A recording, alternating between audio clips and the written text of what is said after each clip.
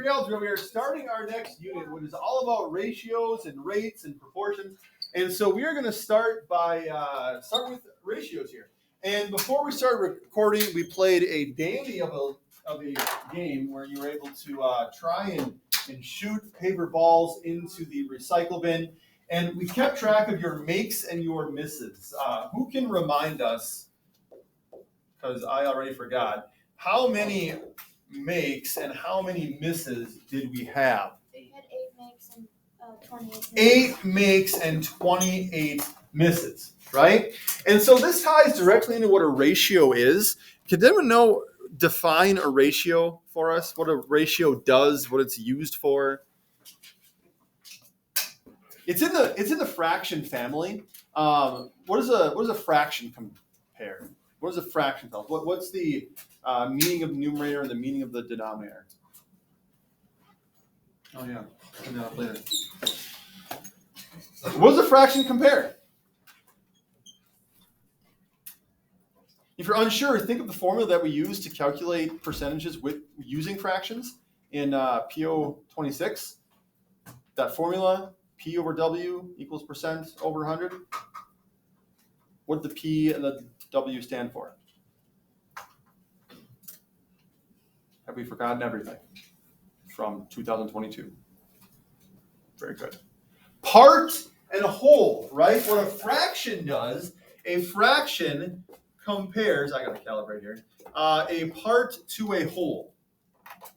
A ratio does something a little bit different. Anyone know?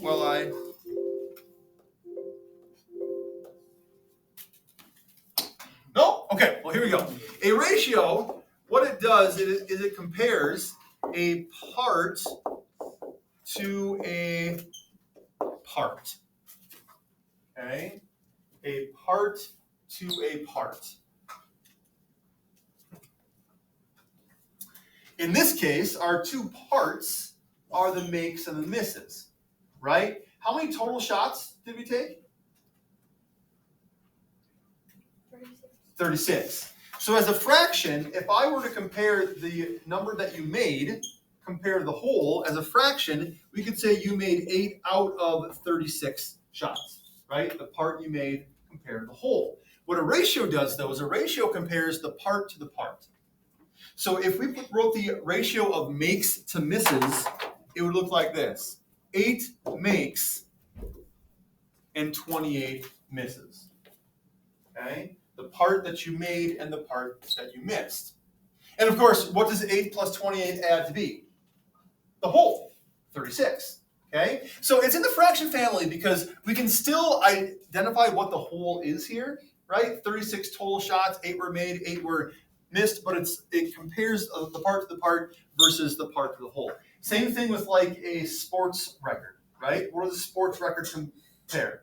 Wins and losses. The number of games you won, number of games you lost. You can figure out how many games you played by adding those two things together, right? But it's in a ratio. And like a fraction, a ratio can be simplified. What would 8 to 28, and that's how you would read it too, 8 to 28. That little colon means the word 2. 8 to 28. What would that simplify to be? Yeah. 2 7. And how would you get that? I divided both of them by 4. Good. You can simplify a ratio the exact same way as you simplify a fraction, right? Divide both parts by the same thing. So 8, I should write that divided by 4 below, but 8 divided by 4 is 2, and 28 divided by 4 is 7. Okay? Meaning that for every 2 shots that you made, you missed 7. Right? Total, you made 8, missed 28 as a ratio in simplest form. For every 2 that you made, you missed 7 of them. Does this ring a bell from last year at all? No? We'll learn something new today then. Excellent. Right? So the first part of this is kind of playing with ratios a little bit. You've got this bag here that has 6 yellow marbles, 8 blue ones, 3 red ones, and 12 green ones there. And I ask you to write the ratio, which again compares a part to a part, simplify the ratio, and then write it 3 different ways. And so we'll start with blue to yellow. What's the ratio of blue marbles to yellow marbles in the bag? How many are blue? How many are yellow?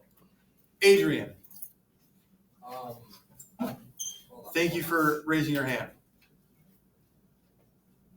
Oh, so 8 and 6. Right. The ratio of blue to yellow is 8 to 6. And that order is important, right? If I ask you for blue to yellow, you've got to put the number of blue marbles first. Otherwise, it's going to get confusing. Okay, so the order there is important. If I had asked you for yellow to blue, it'd be reversed, it'd be 6 to 8, right? But the ratio of blue to yellow, y'all heard that, right? Yeah. Okay. So the ratio of blue to yellow, 8 to 6. Simplest form, what's that going to be? What's that going to be? Yeah. 4 to 3. And Josie, I assume that you got that by dividing both those by 2, right? So I'm going to write that in there if you want. Divide by 2, divide by 2. And then written 3 different ways. We already talked about the colon way. This is probably the most common way that you'll see a ratio written. But because that colon means the word 2, we can also write the word 2.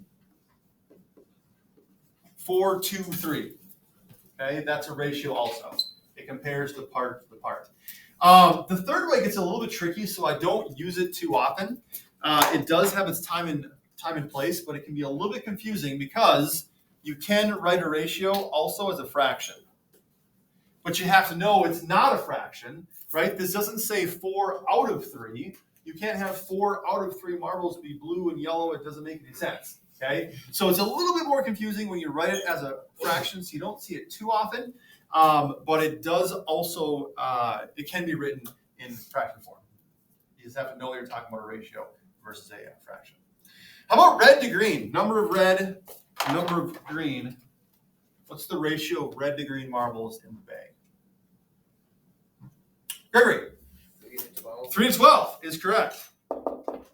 Right? You got 3 red, 12 green. In simplest form, what does that simplify to be? Josie? Not 3 to 4 in this case. 1 to 4, right? Divide both by 3. And essentially what that means is that for every 1 red marble, you've got 4 green ones, right? So if you triple the number of red to get 3, you triple the number of green to get 12. Okay? Written 3 ways. We have our colon, we have the word 2, and we have the one you have to be a little bit careful with. It does not mean 1 out of 4 marbles are red. Okay? If 1, 2, 4, we have to understand we're talking about a ratio when we write it in this way. So again, you're not going to see it very often. I'm going to put it in red again just to kind of caution. Okay? But it is out there. You might see it in con, might see it on the map test, right, which is coming up a couple weeks now. But you might see it that way. Do the next 2 on your own. We'll talk about the last one together. But do the next 2 on your own, blue to green, yellow to red. I'll pause the video. We'll come back and discuss. Okie doke. So blue to green, number of blue marbles compared to the number of green marbles. You should have 8 to 12,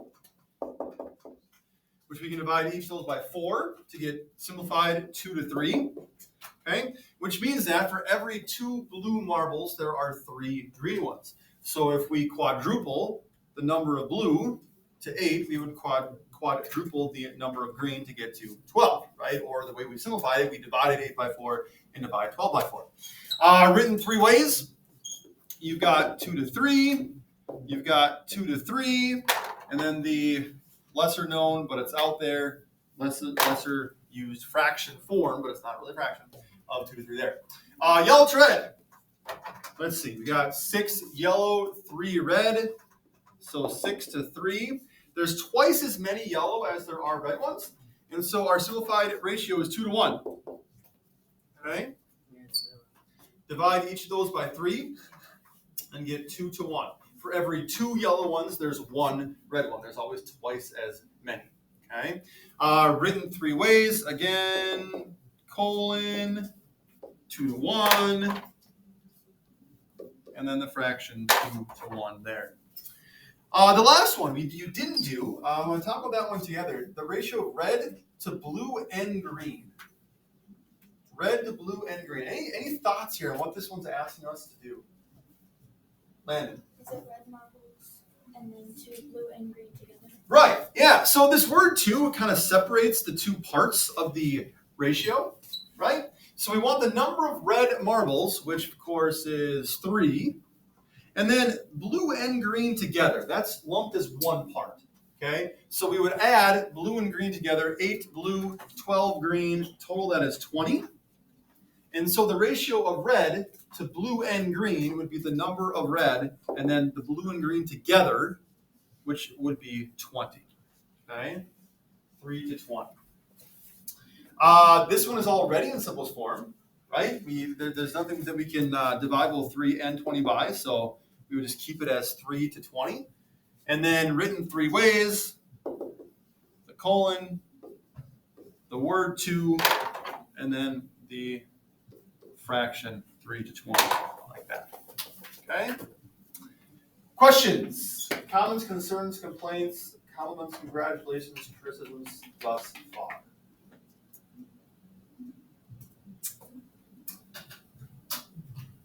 Particularly in the compliment department. Hayden? My smooth stroke. Very good. Thank you. Yeah. Gregory, questions? No?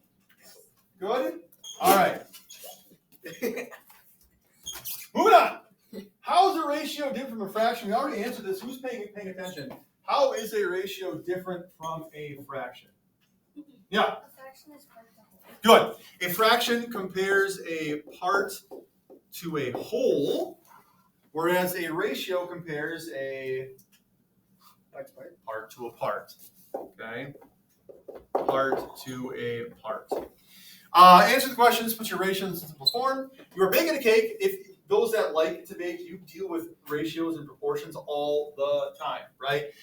If you have a recipe and you only want to make half the amount of what the recipe would normally make, you need to cut each ingredient in half, right? If you want to triple the amount, because a lot of people coming over, you've got to triple the amount of each ingredient, okay? That's all dealing with ratios, rates, proportions, all that sort of stuff. You are baking a cake, and the recipe calls for 32 cups of flour and 42 cups of sugar. Wow. What is the ratio of flour to sugar? Now remember, we talked about the order here is important, right? Flour to sugar, okay? How many cups of flour are there? You can get started on this one. You only have about 7 minutes left. But if you want that one, you can use a calculator on. Okay. How many cups of flour are there? 32. And how many cups of sugar are there? 42. Right? Total, we've got 74 cups of stuff in this cake, right? 32 plus 42 is 74. We can find out the whole by adding the two parts together. What the ratio does is it compares that part to part. What is this in simplest form? What is this in the simplest form?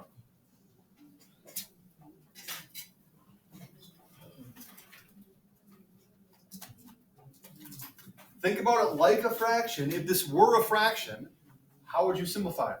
Yeah. And how would you get there?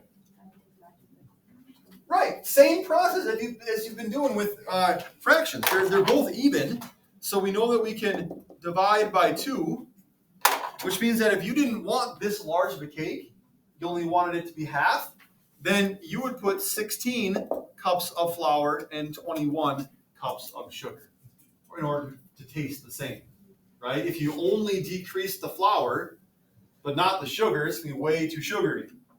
If you only decrease the sugar and not the flour, it's going to be way too floury. Okay? If you decrease them both at the same rate, simplify that ratio evenly, it's going to taste the same and be a lot smaller. Right? A pet store has 18 dogs and 48 cats. What is the ratio of dogs to cats?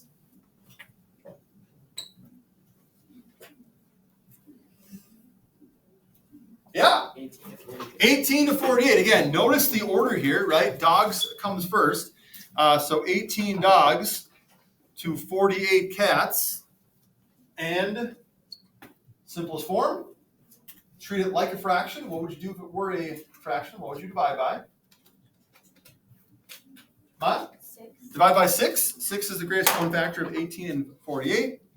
So divide by 6, and we have 3 to 8 is the ratio in simplest form. So for every 3 dogs, there are 8 cats. Is how you could read that one. All right. Let's save the rest for tomorrow. Let's not have. Well, you just got a test back, didn't you? So tomorrow's gonna be retake day.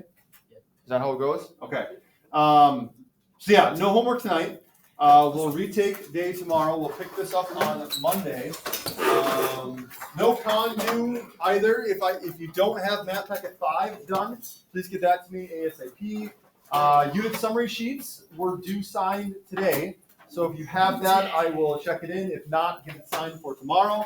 But that, folks, is how you math.